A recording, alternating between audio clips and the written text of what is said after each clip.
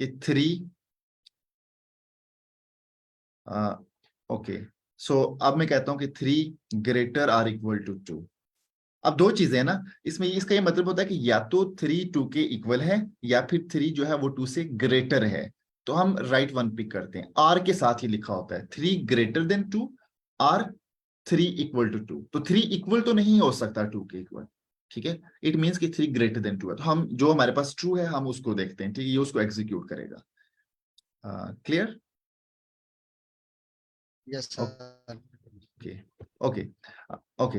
तो फिर इसी तरह से आप अगर इस एरो का साइन चेंज करते हैं, लेट्स से आप लिख लेते हैं कि लेस के लिए लिखना हो, तो बिल्कुल इसी तरीके से आप लिखेंगे। जैसे यहाँ पे था कि 5 लेस देन 3 है, तो इसी तरीके से आप इसको ऐसे भी लिख सकते हैं। यानी जैसे हमने लिखा था ना 5 लेस देन 3, तो ये फॉल्स है बेसिकली, ठीक है, ये हमारे पास फॉल्स है। तो इसी तरीके से अगर आप लिखते हैं कि 3 लेस देन 2, ठीक है, तो ये सॉरी, अच्छा ओके, तो हम बेसिकली किसके लिए देख रहे हैं, हम लेस आर इक्वल के लिए देख रहे हैं। तो अब अगर मैं ये लिखूं कि less than or equal to 2, तो ये हमें फॉल्स देगा, क्योंकि 3 ना तो 2 के इक्वल है और ना ही ये 2 से छोटा है, तो ये हमें फॉल्स देगा, ठीक है।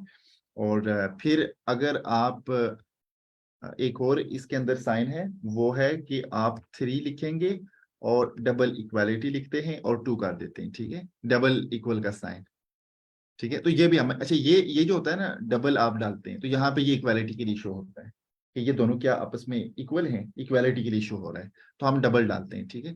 तो 3 और इसको आप इसके इस साइन ये डबल इक्वल डालेंगे और 2 लिखेंगे, तो ये भी हमें फॉल्स मिलेगा, क्योंकि 3 2 के इक्वल नहीं है, ठीक है। अच्छा, हम चेक कर लेते हैं, अगर हम सिंगल डालते हैं तो हमें क्या मिलेगा।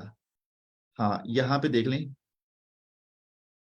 ओके, हाँ, अब देखिए, चूंकि ना अब अगर हम इसको मैथ्स पॉइंट ऑफ व्यू से देखें तो हम इक्वल के लिए कहते हैं ना, अगर मैं ये कहता हूँ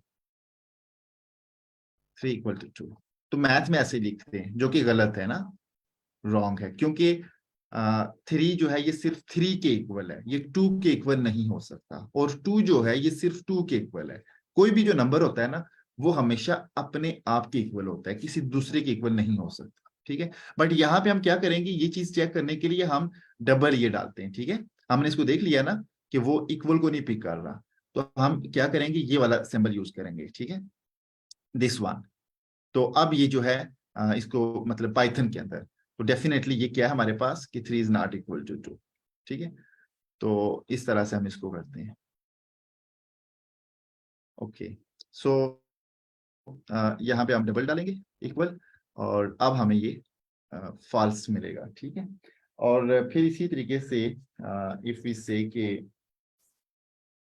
हमारे पास नॉट इक्वल आ जाए, यानी इक्वल है ना, इक्वल से नेक्स्ट अगर हम देखते हैं नॉट इक्वल, तो अब नॉट इक्वल के लिए ना हम कुछ इस तरह से लिखेंगे 3 एंड दिस वन, यानी ये वाला सिंबल हम यूज करते हैं, दिस वन। ये नॉट इक्वल के लिए होता है, इक्वल और नॉट इक्वल, ठीक है। अब देखें, अगर आप इसी को थोड़ा सा मैथ्स की लैंग्वेज में देखते हैं, तो हम ये कहते हैं ये 3 है और यहाँ पे ये 2 है, तो हम कहते हैं कि 3 इज नॉट इक्वल टू 2, इस तरह से लिखते हैं ना। बट यहाँ पे हम ऐसे लिखेंगे, हम 3 लिखेंगे, ये इक्वल का साइन है, ये 2 है, और नॉट इक्वल लिखना है, तो यही जो हमने इसको कट किया है ना, ये वाले, इसको आप उठा के यहाँ पे ले आए, ये चीज बन जाएगी यहाँ पे, ठीक है, this one.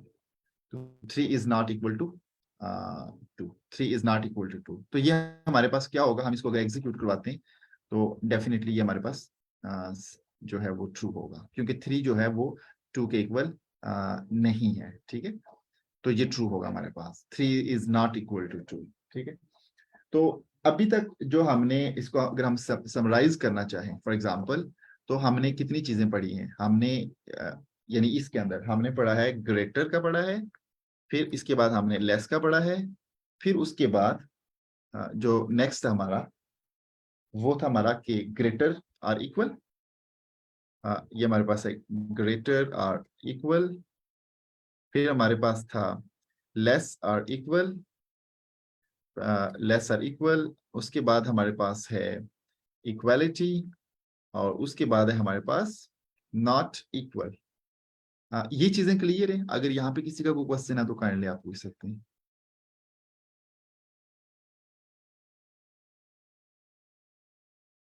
Okay, is there any question?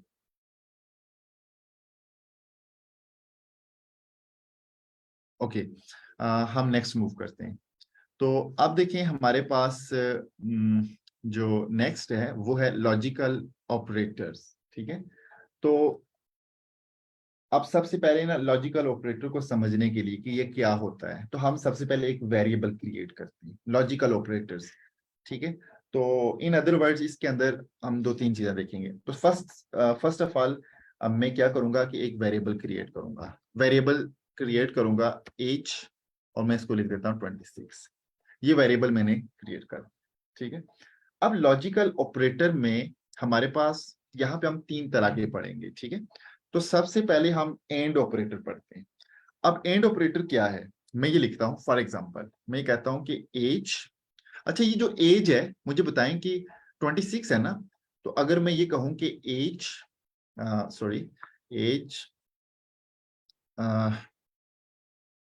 Greater than 10, let's say, and age less than 30, less than 30, तो हम इसको चेक करते हैं कि हमें क्या मिलता है। ट्रू। अब इस ऑपरेटर को हमें समझना है। समझना क्या है, ये ऑपरेटर कौन सा है हमारे पास? This is basically AND operator. क्या हमने एंड यूज किया है? ठीक है, इसको हम कहेंगे एंड ऑपरेटर। तो ये हमारे पास एंड ऑपरेटर है।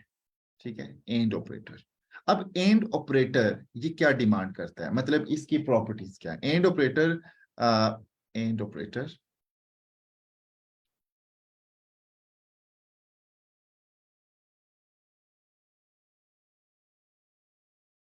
अच्छा, अब एंड ऑपरेटर्स को अगर हम यहाँ पे समझें तो हमें ना इसकी दो साइड्स नजर आ रही हैं।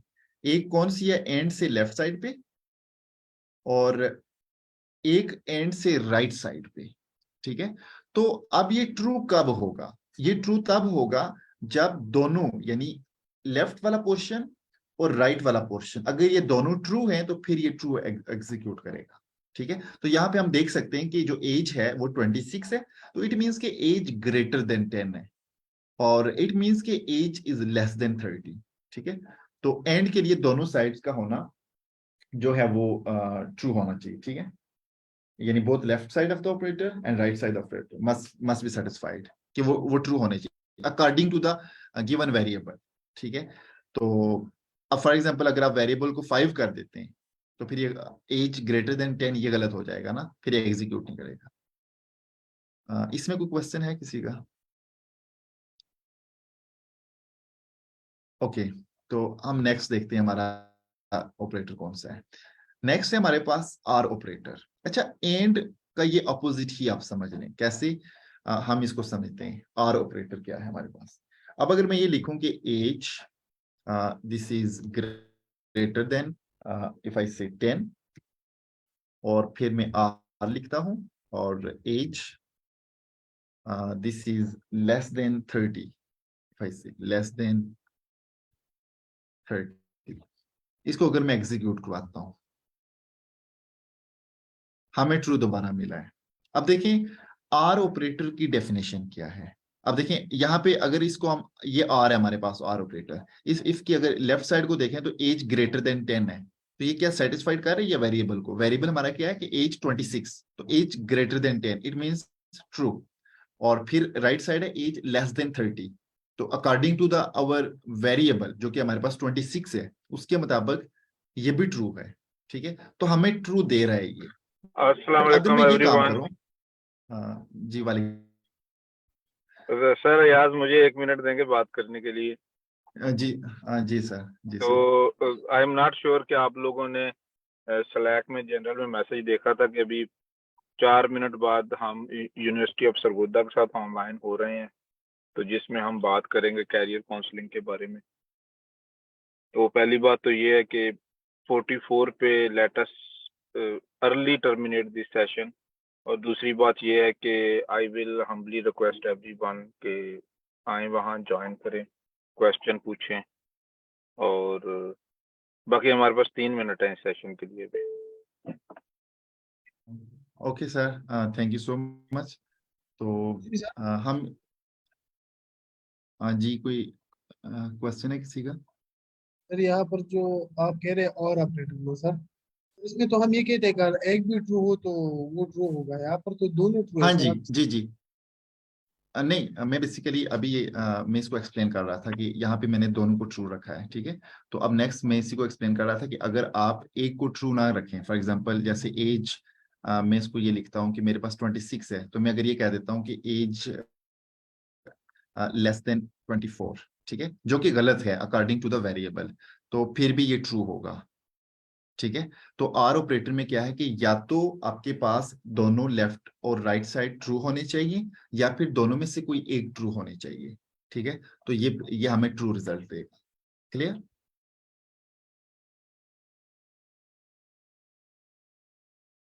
ओके, तो हमारे पास जस्ट एक 2 मिनट रह गए, जैसे सर ने बताया भी है। और ये जो सेशन है इसका लिंक जो है वो स्लैक पे मौजूद है, और हम जो है उसको ज्वाइन करते हैं। तो मैं सबसे रिक्वेस्ट करूंगा कि आप जो है ना इस सेशन को ज्वाइन करें। और ये चूंकि सर खुद दे रहे हैं, वहाँ पे प्रेजेंट करेंगे, तो हम सब के लिए वो काफ़ी वैल्यूएबल होगा और काफ़ी चीज़ें आपको सीखने को मिलेंगी। तो अगर किसी का कोई क्वेश्चन नहीं है तो फिर हम एंड कर देते हैं। कोई क्वेश्चन पे हो तो मेरे ख्याल से अब हम नेक्स्ट मीटिंग में कर हाँ लेते हैं। जी, यहीं से आगे हम डिस्कस करें। जी जी। अब हम लोग उस मीटिंग में चलें जो सर सपर की है, सरगोधा यूनिवर्सिटी के साथ कोलैबोरेटेड है मीटिंग।